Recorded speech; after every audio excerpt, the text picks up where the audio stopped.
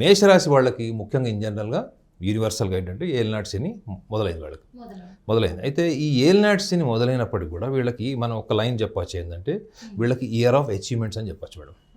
Achievements అంటే వాళ్ళు సాధిస్తారు.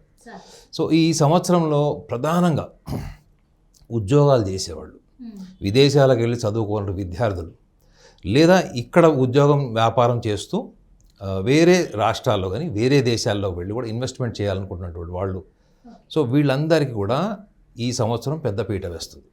అంటే వాళ్ళకి ఒక రకంగా చెప్పాలంటే ఇది శుభసూచకం వాళ్ళకి.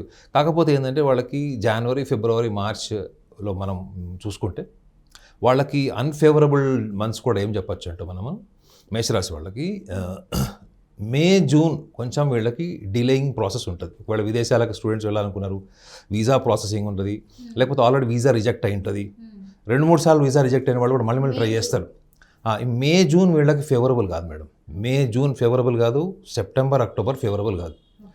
సో ముఖ్యంగా మే ఎండింగ్ నుంచి అంటే ఇప్పుడు జూన్ మాసం నుంచి వీళ్ళకి గురు సంచారం జరుగుతుంది. అంటే మేషరాశి వాళ్ళకి ఏమవుతుందంటే చతుర్థ భావంలోకి వస్తాడు గురువు. అది చాలా ఉన్నతమైన స్థానం కర్కాటక రాశి.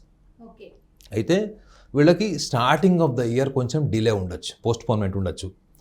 అయితే ఈ సంవత్సరంలో మాత్రం ఖచ్చితంగా వాళ్ళు ఉద్యోగస్తులకు, ముఖ్యంగా చెప్తున్నాను ఉద్యోగస్తులకు మాత్రం మీరు ఈ ప్రాంతంలో మీకు ఉద్యోగం ఉంది, నేను వేరే ప్రాంతాలకు వచ్చింది, వేరే దేశాలకు వెళ్ళాలి, లేకపోతే ఆన్ సైట్ కావచ్చు, ప్రమోషన్స్ మీద కావచ్చు, లేదా ఎక్కువ శాలరీ కోసం మీరు అలాంటి అవకాశం వచ్చినప్పుడు ఖచ్చితంగా మీరు ముందు ఉండి నిర్ణయం తీసుకొని వెళ్ళండి. మిగతా సెంటిమెంట్స్ కానీ నేను వెళ్ళను, నాకు ఇక్కడ బాగుంది, నాకు కంఫర్ట్ ఉంది, ఇవన్నీ చూసుకోవద్దు వాళ్ళు.